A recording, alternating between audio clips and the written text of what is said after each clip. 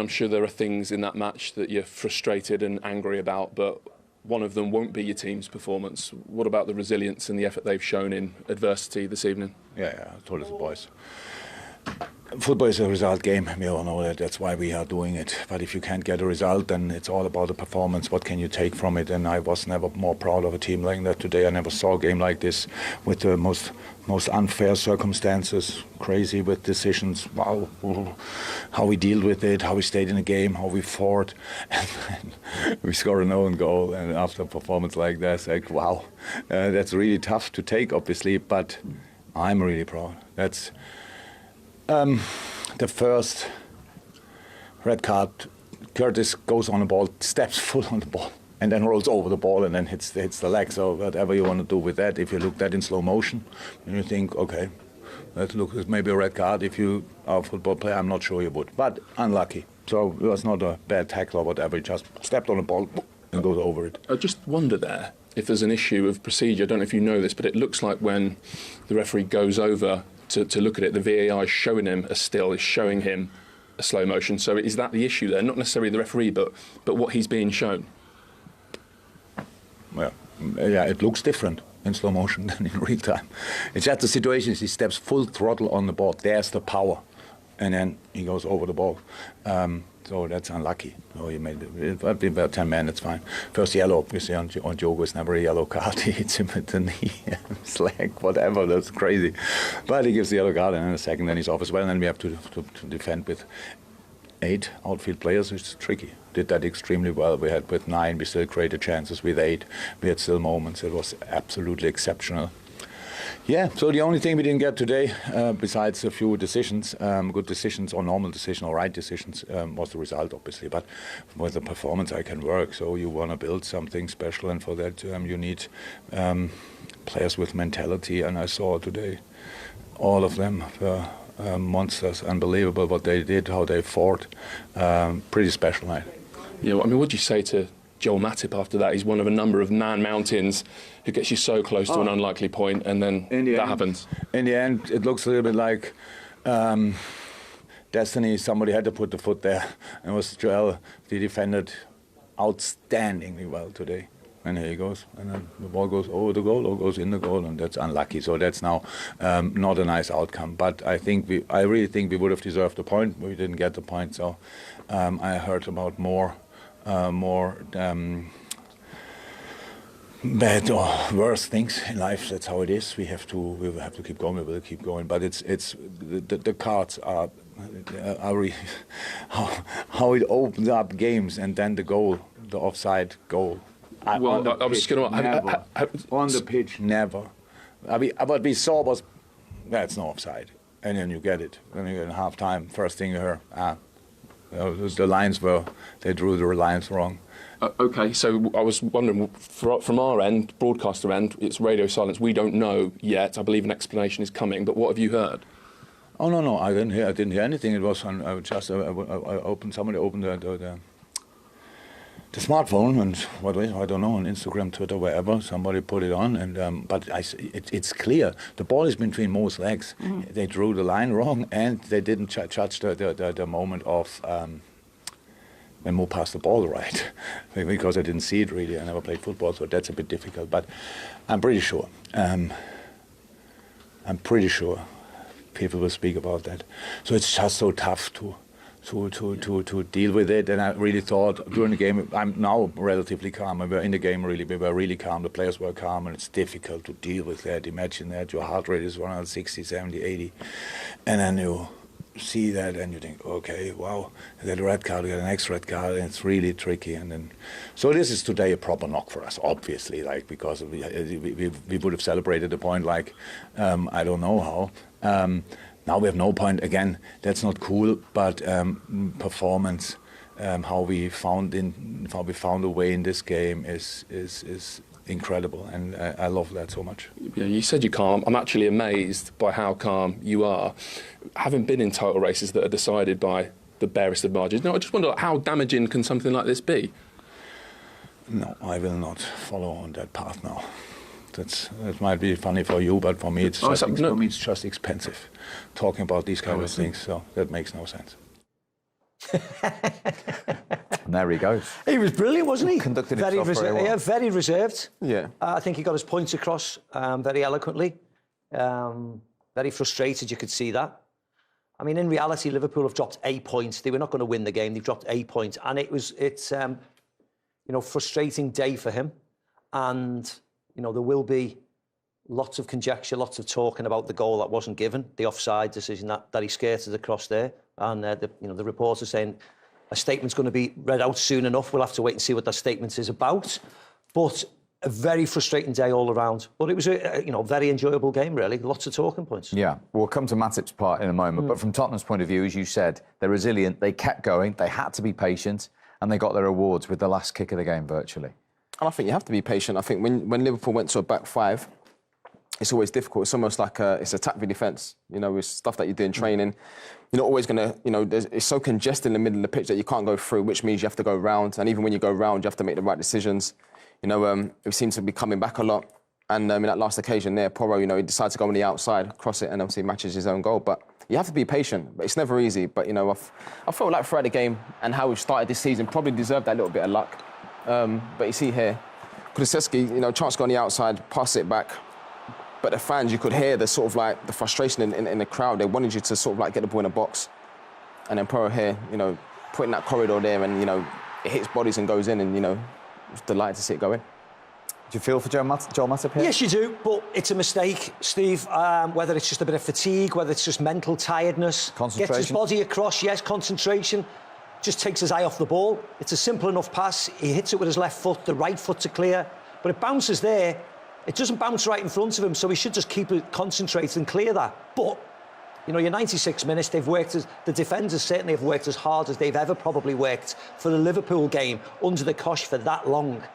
And it's just one of those things. I don't think you can necessarily go overboard on it. I think you see the game as a whole. You see some of the circumstances that have happened in the game.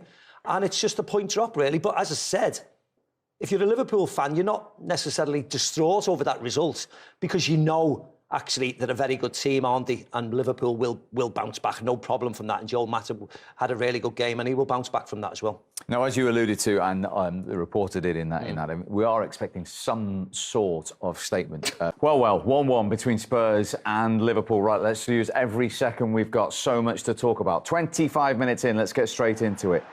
What was your reading of the red card? I think no red card. I think, yes, it looks a poor challenge at the end. But I think Curtis Jones gets a little bit of the ball. And, of course, the follow-through, the momentum of him stretching for the tackle goes over the top of the ball and collides with, as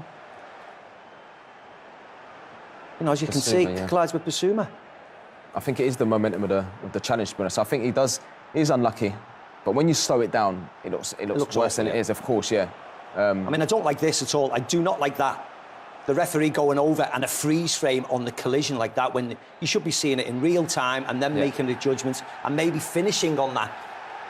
But I mean, I've got a huge issue with a few decisions today, to be very honest. And I don't like talking about VAR because it's a really good game and there's been loads of chances and two teams are playing really well. I think when the referee goes to the money and he actually sees that free frame, it almost makes his mind up. Yeah, of course. As soon as you see it, it looks really bad, and then you watch it real. And obviously, he makes contact and goes over, and I thought he was unlucky. Yeah, he's stretching a bit, so it's not really full-on reckless challenge. So I was really surprised by it, to be very honest. OK, Son likes playing against Liverpool. Scored 4 in a row, but you were out of your seat about the pass from James Maddison. It's that man again. But, no, in these sort of, like, situations, he's so clever, and I think he just waits. And credit to Richarlison, the movement's good. Poor defending from Joe Gomez, I have to say, and even the pass with his outside his foot to Sonny there, an easy finish. But you see here again, just waits for his movement and just the weight of pass. Maka, Yeah, Joe Gomez is probably too far out, isn't it? Maybe because he's been playing centre defence and right back this year. He just gets caught. He's too far away from Matip. The danger ball was inside that exact pass. Let the ball go to Richarlison on the touchline. No problem at all. He's not going to take you on. And he got caught out, but it was a lovely goal from Tottenham. Really good goal, and obviously that man against Sonny, another goal. But it comes alive. As soon as the ball goes wide, you see his movement. He's in the box, first one to react and taps it in an empty goal. But deep into stoppage time, Liverpool are back on terms. Cody Gakpo, he didn't do it the textbook way, did he? No, I was shouting at him, actually. when I was telling everyone you couldn't hear you. Yeah, when he makes this move, because I'm just saying chuck your left foot at it, but actually it goes away from the goal. But the turning and connection he makes on it is superb, absolutely superb. So, I'm the fool for doubting him. But once he does that, I'm going, no, go towards goal. But then that happens, and Liverpool were right back in the game, and they deserved it, to be very honest. They look incredibly dangerous whenever they go forward. Yeah, Maka was screaming when he saw that, when he ran across his body and that, but it's brilliant, the way to improvise there and to swivel and get that good contact on it, and it's a great finish. Gakpo's now scored in his last 3 Liverpool starts. Before that, Liverpool thought they'd equalised through Diaz. I mean, we're talking about fine margins again here in the Premier League. Absolutely, and firstly, what an amazing finish from him, and he's in really good form, looks really sharp. I mean, Steward's inquiry on this decision, because for the life of me, it looks onside. I don't know whether the lines on the pitch are wrong, but we haven't seen a line to definitively tell us that he was offside. And I know, because my phone has been ringing off the hook, that there's a lot of disgruntled people in the house because they think that's onside. So, yeah. If you look at his left leg, it looks onside. Yeah, I think as soon as he went through, I was like, oh no. Because, especially when you see it there, I was waiting for the line, to be honest, and then got away with one, definitely there. OK. Very, very tight. But it is tight in the game as well. Spurs have the man advantage. In the linesman's position. I know. He's in line. He's in a perfect position to see that. And it's... and they're told only to raise their flag if they're 100% sure. Yeah, I mean, of course, when it wasn't given, I was delighted, of course. But at the same time, for the sake of the game, Tottenham could definitely got away with one. I mean, the speed of the decision as well. If you remember it was offside, let's go to VAR, or so-called VAR, and within seconds it was done. And the game carried on. So it was a huge decision, and unfortunately it's the wrong one. Tottenham made the most of it, though, because they went down the other end. And Son scored for the 4th Premier League game running. Yeah, I've got no excuse for that. If it was the other way round, the second yellow card, you'd say no. But Jurgen Klopp described the first red card as the most unfair circumstances. Well, yeah, I think so as well. I just think that Jurgen got a spot on. Yeah. He's unlucky, but obviously when you slow it down and you freeze it, it looks really bad. But Jurgen Klopp says that he'd never been more prouder of a Liverpool team. Yeah, you can see the performance and the fact that they got so late in the game that they nearly got a point out of it. They've worked incredibly hard, haven't they? They were very disciplined. It just spoiled the game in a way, because at half-time, it was so exciting and end-to-end and chance after chance. The second half become a bit of a non-event, really, with the sending off. Liverpool defended and Tottenham just attacked continually, and it was just whether they could break them down. So I can see why Jurgen Klopp was very proud of the team. No doubt Ange would be very proud of his team, and rightly so. It's easy to judge that game and take it for what it is today. Tottenham got the result, but actually both teams emerged with a lot of credit, I think, going forward. First time Liverpool have been down to 9 men in the Premier League for 12 years. Do you remember that one? Why did I play? No, you didn't just play. I scored. Come on. I'm not going to bring it up if you haven't scored. Home game. 4-0. 4-0, even I knew that. No, you only got one, I'm afraid. But... Adebayor 2. Adebayor 2, that's right, yeah. And Modric. Oh, now we remember. Once you're prepped. He knew. He's just been talking about it. Gentlemen, thank you very much indeed for your company. Well, we knew today, and that game in particular would provide some talking points. مبابي إلى ليفربول. أول تعليق من يورغن كلوب. علق المدرب الألماني يورغن كلوب على الأنباء الرائجة بشأن رغبة ليفربول الإنجليزي في التعاقد مع النجم الفرنسي كيليان مبابي. وكشفت صحيفة ميرور البريطانية في وقت سابق عن بدء ليفربول مفاوضات مع باريس سان جيرمان للتعاقد مع مبابي خلال فترة الانتقالات الصيفية. وأشارت الصحيفة إلى أن الريدز يجري محادثات مع سان جيرمان لضم اللاعب البالغ من العمر 24 عاما على سبيل الإعارة. قال مدرب ليفربول في تصريحات لشبكة سكاي سبورت في نسختها الألمانية في ليفربول: نضحك على الشائعات التي طلبتها النادي محاولة التعاقد مع مبابي. هو لاعب جيد، لكن الظروف الاقتصادية المطلوبة للتعاقد معه لا تناسبه. لا أريد إفساد هذه القصة الآن، لكن على حد علمي لا يوجد أي شيء صحيح في هذا الأمر. من الوارد أن يكون أحد الأشخاص في النادي بترتيب شيء كهذا كمفاجأة، لكن هذا لم يحدث على مدار 8 سنوات قضيتها هنا ستكون أول مرة.